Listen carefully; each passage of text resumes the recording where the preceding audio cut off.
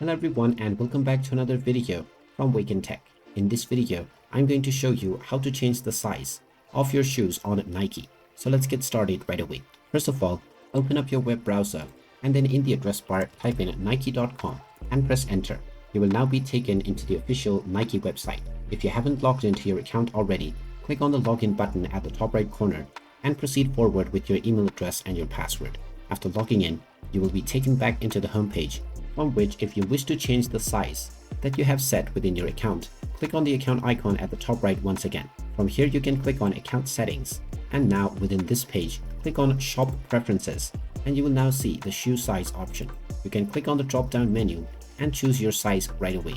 You will also have the option to choose from men's as well as women's wear, and you may also choose from different units of measurement. After you are done with your size, click on the save button and now your shoe size has been changed within your Nike account right away.